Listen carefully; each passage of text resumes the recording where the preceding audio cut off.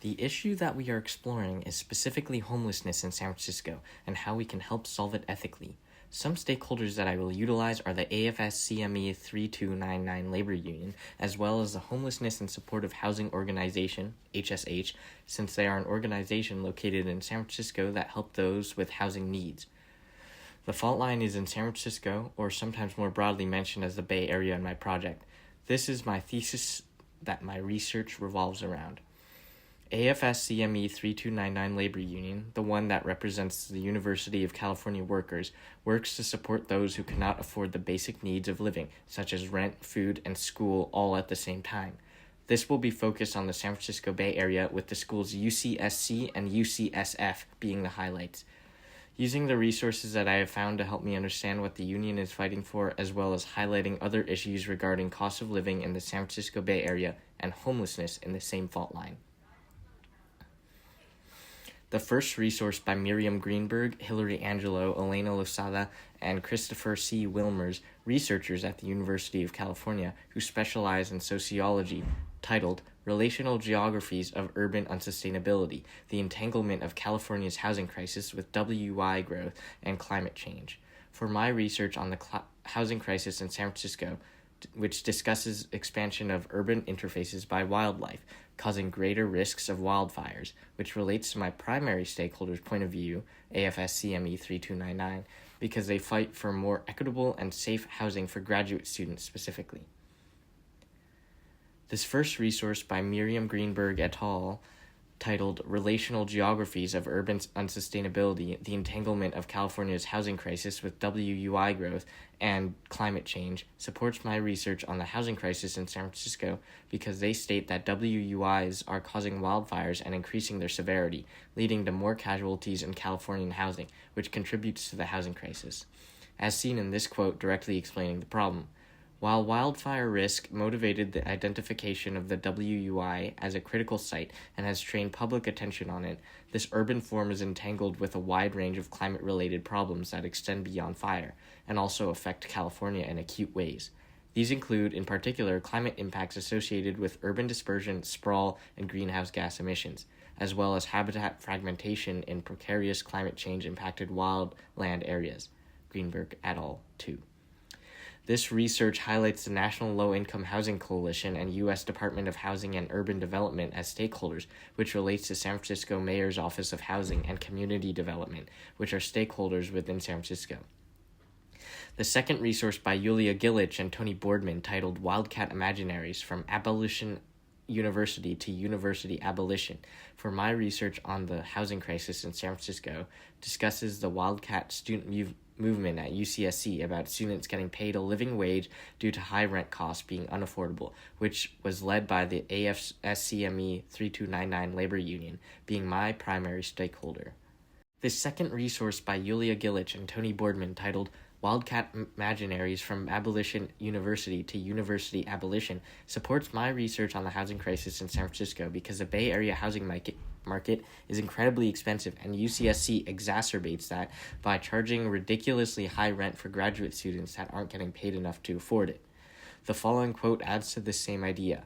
The impossibility is not financial. A 60% increase in wages in keeping with the COLA demand is not unreasonable or impossible, but remains the bare minimum to bring graduate students out of an intolerable rent burden. This resource highlights the American Federations of Teachers and AFS-CME 3299 as stakeholders, which relates to United Educators of San Francisco, which are stakeholders within San Francisco. Here's a video of the AFS-CME 3299 Labor Union on strike. The third resource for my research on the housing issues in San Francisco is titled Health in the Tenderloin, a resident-guided study of substance use, treatment, and housing, written by Jamie Suki Chang, and it discusses the usage of drugs in the Tenderloin of San Francisco, racism in the Tenderloin, and how the residents' environment affect how they live and what kinds of activity they are exposed to, which relates to the AFS-CME 3299 Labor Union because they are both based in the Bay Area, while also discussing more ethical and safe ways to get homeless people into houses and shelter. This resource This third resource supports my research on the housing issues in San Francisco because it explicitly describes the number of homeless drug users there are and how that affects the housing there. This resource highlights the San Francisco homeless shelters like Treatment and Supportive Housing, TASH, and Community Housing Partnership, CHP, as stakeholders which relate to the San Francisco Human Services Agency, SFHSA, which are stakeholders within the entirety of the San Francisco housing crisis. This fourth resource for my research on the housing issues in San Francisco is titled Incorporating Climate Justice into Adaptation Planning, The Case of San Francisco, written by Caitlin Strange, and it discusses ways to create climate justice in San Francisco, which is a climate change-related issue causing worse housing in cities, similar to the AFS-CME 3299's point of view about equitable housing that doesn't have unequal burdens of climate change, such as high heat or wildfires.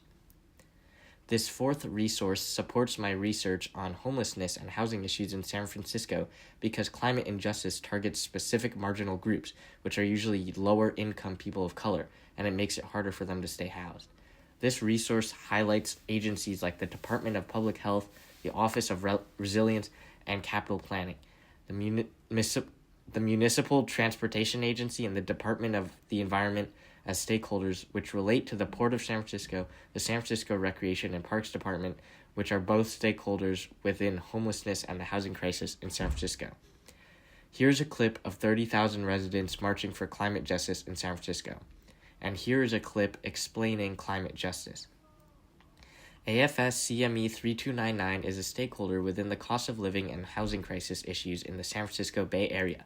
They are concerned with the current living conditions and wages of the UC campus workers, with many labor strikes demanding a higher wage to be able to afford rent and school. This stakeholder supports my research on the cost of living and housing crisis because this stakeholder actively fights for justice for people who cannot afford housing. AFS-CME 3299 shows interest in my topic within my fault line because they represent UC Santa Cruz and UC San Francisco, both located in the Bay Area.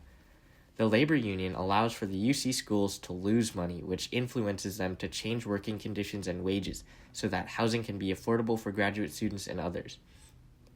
The Homelessness and Supportive Housing Organization, HSH, is a stakeholder concerned with the cost of living and the housing crisis in San Francisco because they are a San Francisco-based organization that focuses on helping homeless people and those who are close to living on the street, providing food, shelter, and legal assistance to prevent eviction. The HSH supports my research on the cost of living and the housing crisis in San Francisco because it is an organization that solely helps homeless people as its goal, rather than getting rid of them hostilely. They are able to help solve the homelessness crisis in San Francisco in an ethical, supportive, and safe way that works for everyone, by utilizing funding and volunteering and government help. The HSH is one of the stakeholders that I want my audience to support as part of my advocacy and research because it can make a positive impact on the housing crisis. The AFS-CME 3299 labor union is also interested in the cost of living and housing crisis in San Francisco because they are directly impacted by how far they live from the UC school, so they will utilize housing data for bargaining for better cost of living in the UC system in the San Francisco Bay Area. This knowledge about the AFS-CME 3299 labor union supports my research because it gives insight about the popular opinion of workers who can use their union rights for bargaining for a better working life for themselves and other students. Not only will this bargaining improve the life of the workers, but it will also improve public services from their appeasement and job stability. Here's a clip of the AFS-CME 3299 labor union protesting for better working conditions. The HSH holds interest in the housing crisis and cost of living in San Francisco because high housing costs directly causes homelessness, so they want to help prevent eviction and rent hikes, and they also want to help place people into housing if they are homeless, but that is difficult to do at the current market rate for rent in the Bay Area. This information about the HSH supports my research because I'm advocating for the assistance and support of these two stakeholders because of their selfless and important contributions to San Francisco and the homeless communities. They help people get off of the streets and into safe homes where they can start a successful life, which is the most ethical way of getting rid of homeless people and encampments, as well as drug and alcohol abuse in public, which could greatly improve the Tenderloin and downtown San Francisco neighborhoods and downtown Santa Cruz. I also learned from my sources about homelessness from Jamie Suki Chang and Caitlin Strange, and how this type of support will directly improve the lives of homeless people, people around them, their families, as well as their communities and governments. This is why we should support the stakeholder. Here is a clip from the news describing how hard it is to currently be sheltered as a homeless person. From these 4 resources, I learned a lot about what is causing the housing crisis in San Francisco and what we can do to help people in need on a higher structural reformation level as well as an individual level.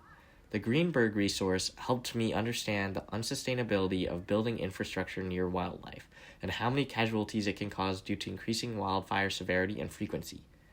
The Gillich and Boardman resource helped me learn how my individual presence at a movement similar to the Wildcat Imaginaries can actually influence higher-ups to demand things like living wage and rent costs. Thirdly, Chang's resource taught me about the self-perpetuating struggle of living in a crime-ridden neighborhood like the Tenderloin in San Francisco, how the rampant drug use will drive others to also abuse drugs, and very few of them manage to get help. Finally, the resource from Strange showed me how climate change affects the housing market and specifically works against marginalized groups, mostly low-income people of color, due to climate injustices like natural disasters, heat waves, pollution, and floods that are not helped by many institutions and can lead to death of those in marginalized groups. I would like to highlight the treatment and supporting housing as a stakeholder in San Francisco, since they are really good support for people with drug problems and or homelessness issues, and they are actively getting many people off of the streets and helping them rehabilitate themselves.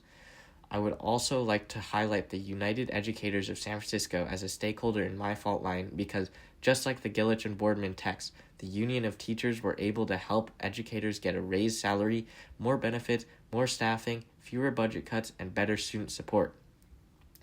This conclusion sums up my research from 4 different resources that I have found during my literature review, highlighting some stakeholders that I looked into as well and would like to support. The conclusion supports my introduction by exploring my reasons to advocate and support the stakeholders, and it also supports my thesis by using the knowledge gained from the 4 resources and reporting the literature review research as well as mentioning specific stakeholders. In this clip, a local San Francisco high school confronts racism issues upon the United Educators of San Francisco. We should have better responses when racism occurs. The students are calling on school administrators to investigate reported incidents of racism and hold students accountable.